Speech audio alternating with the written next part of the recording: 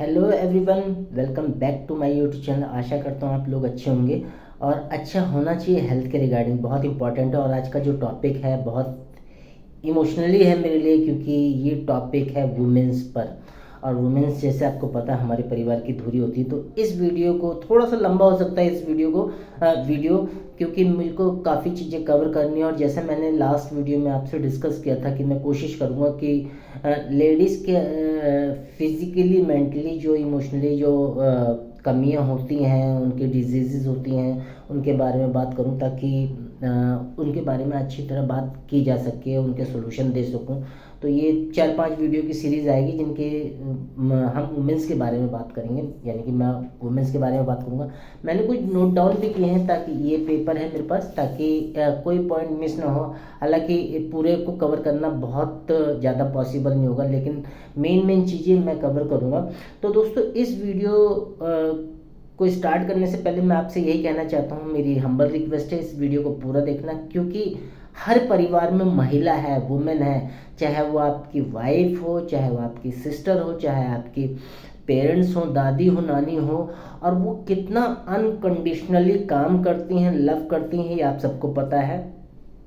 Last में मेरे channel को जरूर सब्सक्राइब करना, क्योंकि गुड क्वालिटी कंटेंट आपको यहीं से मिलते हैं।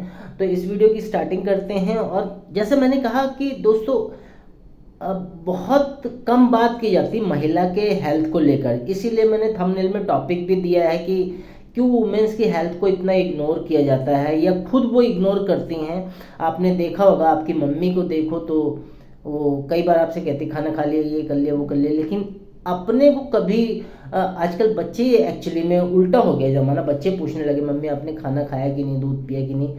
वो नहीं करती, लेडीज़ अपनी केयर कभी नहीं करती। वो परिवार के इर्द गिर्द उनकी दुनिया सारी बसती है। तो इसीलिए उनको बोला गया है परिवार की धुरी हो। चाहे वो जब कंसीव करती है, आफ्टर प्रेगनेंसी, वो इतना आपको अनकंडीशनल लव करती हैं। चाहे वो माइग्रेन में हो, सर दर्द हो रहा हो, लेकिन हस्बैंड के लिए लंच प्रिपेयर करना, बच्चों को स्कूल भेजना, सारे काम निपटाने, अपनी सेहत के ऊपर बिल्कुल ध्यान नहीं देती। आपने ज़्यादातर सुना होगा लेडीज़ ब्रेकफास्ट बहुत कम करती हैं। उनसे पूछा जाए ब्रेकफास्ट, तो काफ़ी परसेंटेज में लोगों को, उन महिलाओं को पता ही नहीं ब्रेकफास्ट क्या है जो मुझे लेना चाहिए।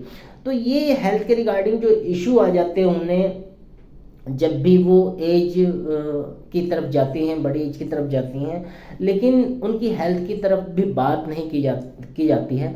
तो मैं इस वीडियो में कुछ पॉइंट डिस्कस करूँगा कि क्यों महिला को इग्नोर किया गया है और क्यों पुरुषों से डिफरेंट है और क्यों वो अपने आप को इग्नोर करती हैं। सोल्यूशन भी देने की कोशिश करूंगा, आगे कुछ सोल्यूशन के बारे में डिटेल से वीडियो में बात करूंगा, लेकिन इस वीडियो में थोड़े थोड़े टॉपिक को हम समराइज करेंगे। तो दोस्तों, होता क्या है, जैसे कोई भी लेडीज कंसीव करती है और प्रेगनेंसी के बाद कई हार्मोन्स चेंज होते हैं। इवन जब भी वो प्यूबर्टी की एज से लेकर, मतलब रिप्रोडक्टिव एज तक, मतलब 12-13 साल से लेकर जब तक वो मेनोपॉज का हो नहीं जाता है, ये जो बीच का पीरियड है, इसमें बहुत सेंसिटिव इशू उनके आते हैं। बहुत सारे हार्मोनल चेंजेस आते हैं, लेकिन उनके बारे में बात नहीं करती वो। कई बार डॉक्टर्स को भी नहीं दिखाती, लेकिन दिखाना चाहिए। अब इसका पहला रीज़न तो ये है कि लेडीज़ जो जेंट्स होते हैं उनसे ज़्यादा जीती हैं। लगभग इंडिया में अगर लेडीज़ की बात करूँ, उनके वुमेन्स की बात करूँ, तो लगभग 74 साल है उनकी उम्र जीने की। लेकिन अकॉर्डिंग टू मैन, वो मैन जो जीते हैं 69 से 70 साल तक जीते हैं। तो ये जब ज़्यादा जीती हैं तो इनके साथ प्रॉब्लम भी ज़्यादा होती है। और जब उनकी क्वालिटी लाइफ, क्योंकि टाइम पीरियड लंबा है, तो क्वालिटी लाइफ उनकी बहुत ज़्यादा सफ़र करती है, बहुत ज़्यादा ख़राब होती रहती है।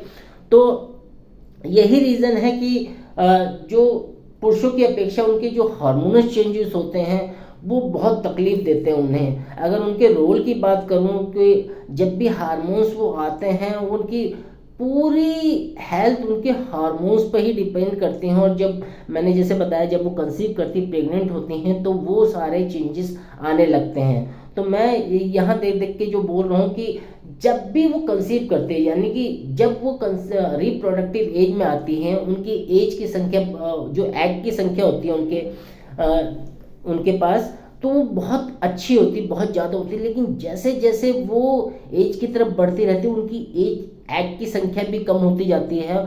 और यहीं से उनका मैं कहूँ जब भी वो प्री मेनोपॉज को या मेनोपॉज को टच करती हैं तो ये हेल्थ डिक्लाइन उनकी होने लगती है। रीज़न बिहाइंड दैट क्या है, वो ज़्यादा रहती हैं और जब भी मेनोपॉज की तरफ जाती हैं उनके बहुत ज़्यादा हार्मोनल चेंजेस आते हैं, मूड स्विंग होते हैं, गुस्सा, चिड़चिड़ापन, इन सारी प्रॉब्लम्स के बारे में हम आगे भी बात करेंगे। बहुत सारा हेल्थ इश्यू उनके आने लगते हैं। और जब भी हम लेडीज़ के हार्मोन्स की बात करते हैं तो उसमें 4 हार्मोन्स उनके बहुत इंपॉर्टेंट हैं, जिसमें टेस्टोस्टेरोन है, प्रोजेस्टेरोन है, एस्ट्रोजन है और थायराइड।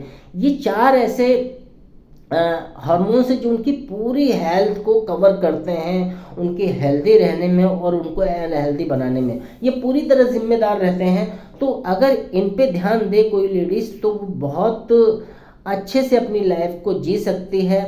अब दोस्तों बात करते हैं, जब भी बात करते हैं उनकी मेंस्ट्रुअल साइकिल जो हर महीने होती है, तो मेंस्ट्रुअल साइकिल जब स्टार्ट होती है और उनमें कई तरह के कॉम्प्लिकेशंस आने लगते हैं, क्योंकि उन दिनों में जो 4-5 दिन का पीरियड है उनकी फिजिकल हेल्थ भी इफ़ेक्ट होती है, मेंटल हेल्थ और कॉग्निटिव हेल्थ, क्योंकि ये सारी हेल्थ मिलके ही पूरी तरह बॉडी स्ट्रक्चर को कवर करती हैं। और इन दिनों में हार्मोन्स इतने चेंज हो जाते हैं कि वो बहुत ज़्यादा हेल्थ उनकी फ्लक्चुएट होती रहती है। और खासकर का हार्मोनल चेंज के साथ उनमें और एक डेफिशिएंसी बहुत ज़्यादा होती है उनकी पूरी लाइफ में। जब भी ये हार्मोन्स का खेल चलता है उनके आयरन लेवल बहुत ज़्यादा फ्लक्चुएट हो रहते हैं, क्योंकि पीरियड की वजह से बहुत ज़्यादा ब्लड लॉस हो जाता है, तो आयरन की डेफिशिएंसी हो जाती है, फ्लक्चुएट हो जाता है। इसकी वजह से उनकी हेल्थ बहुत ज़्यादा इफेक्ट करती है। साथ साथ में जब जैसे उनकी एज बढ़ती है, हार्मोन्स की वजह से उनकी एज डिक्लाइन होने, बहुत सारी प्रॉब्लम होने लगती है, तो उनके क्योंकि वो ज़्यादा जीते हैं ब्रेन डैमेज की तरफ जाता है और उनकी अल्जाइमर जैसी बीमारी होती है, उनकी कॉग्निटिव हेल्थ पे बहुत बड़ा फर्क होता है। तो इस चीज़ का भी ध्यान रखना चाहिए। साथ साथ में उनकी जो बोन हेल्थ की बात करूं वो बहुत ज़्यादा सफ़र करती है एज बढ़ने के बाद। अकॉर्डिंग वो 50 के बाद 3 में से 1 महिला को ऑस्टोपोरोसिस की शिकायत होती है, उनके ऑस्टोपोरोसिस फ्रैक्चर होते हैं। और ये फ्रैक्चर खासकर फीमर की और जो कूल्हों में होता है उनके 10-12 साल बढ़ा देता है उनके रिस्क को। इवन कई लेडीज आपने देखे होंगे, आपके कई रिश्तेदार वो डेथ की तरफ भी बढ़ जाते हैं, लाइफ थ्रेटनिंग होता है ये, क्योंकि बोन हेल्थ बहुत बेकार हो जाती है उनकी। और कोशिश ये करें कि हमारे जितने भी पेरेंट्स हैं उनको बोन हेल्थ से रिगार्डिंग ऑस्टियोपोरोसिस के फ्रैक्चर ना हो, क्योंकि जब फ्रैक्चर होते हैं तो वो बहुत ज़्यादा सफ़र करते हैं, ना चल फिर पाते हैं, बेड पे होती है उनकी लाइफ और क्वालिटी लाइफ बिल्कुल बिखर जाती है। साथ साथ में एक फैक्टर बहुत मैटर करता है, जो उनकी मसल्स होती हैं। जो मसल्स होती हैं वो 55 साल के बाद वो बहुत ज़्यादा डिक्लाइन होने लगते हैं एक वुमेन की हेल्थ में। और जब ये डिक्लाइन होते हैं तो यहाँ से इशू स्टार्ट हो जाते हैं, क्योंकि उनको इस एज में मसल्स मास की, उनमें स्ट्रेंथ की और पावर की बहुत ज़रूरत होती है। लेकिन एक अजीब सा मिथ बना हुआ है हमारे कल्चर में कि लेडीज़ को जिम नहीं जाना चाहिए क्योंकि उनकी बॉडी बिल्ड हो जाएगी। दोस्तों ऐसा नहीं होता, बल्कि हो जाएगी बॉडी। जब भी लेडीज़ जिम जाती है तो उनका स्ट्रक्चर इस तरफ से बनाया गया तो उनकी बॉडी बल्कि नहीं होती, बल्कि उनमें मसल्स में स्ट्रेंथ ज़्यादा आएगी, पावर आएगी, वो अच्छे क्वालिटी की लाइफ जी पाएंगे। क्योंकि अगर देखा जाए तो लास्ट मोमेंट जब भी वो एजेड की तरफ जाती है, चाहे वो मैन और वुमेन हो, कोई भी हो, उनको बॉडी में मसल्स की रिक्वायर्ड बहुत होगी, ताकत की ज़रूरत बहुत होगी। वो छोटे छोटे काम भी नहीं कर पाएंगी मसल्स लॉस की वजह से। तो ये बहुत बड़ा फैक्टर है। साथ साथ में एक बहुत बड़ा फैक्टर आता है प्रोटीन का। प्रोटीन लेवल, क्योंकि मसल्स उन्हीं से बनते हैं, प्रोटीन लेवल से बनते हैं।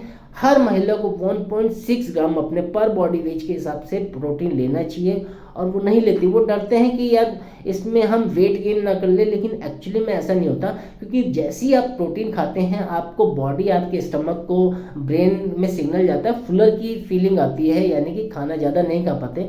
तो प्रोटीन मसल्स के बिल्ड होने में सहायक है। और जब हमारी मसल्स अच्छी होंगी, लेडीज़ की मसल्स अच्छी होंगी, तो हड्डियों में भी, बोन हेल्थ में भी साथ देगा।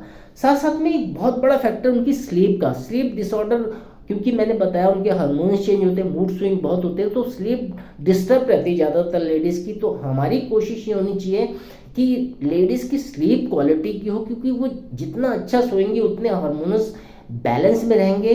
और इन दिनों मैंने बहुत अच्छा काम करना चालू किया है। जब भी मैं वाइफ को फ़ोन करता हूँ ऑफिस से, तो ये सोचता हूँ कि अगर वो सो ही ना हो, नींद पूरी ना हो, तो थोड़ी देर और सो ले, क्योंकि जितना अच्छा हम क्वालिटी स्लीप लेंगे 7 से 8 घंटे की, तो उतना ही ये बॉडी को रिकवर, रिफ्रेश, रीजेनरेट करने का मौका मिल जाता है और बॉडी अच्छी तरह से रिस्पॉन्स करेगी। अगर स्लीप डिसऑर्डर है तो अपनी जो भी आपका पार्टनर है, जो भी लेडीज़ वुमेन है, उनको डॉक्टर्स को ज़रूर दिखाना चाहिए, स्लीप डॉक्टर को, ताकि उनकी इंसोमेनिया की प्रॉब्लम वो दूर कर सकें। साथ साथ में उनकी मेंटल और जो इमोशनल हेल्थ होती है वो बहुत कनेक्टेड होती है। मैंने कहा सफ़र करते हैं वो लोग, तो उनके मूड स्विंग ज़्यादा हो रहे हैं, तो वो हेल्थ के रिगार्डिंग बहुत इशू होते हैं, तो उनको समझने की कोशिश कीजिए।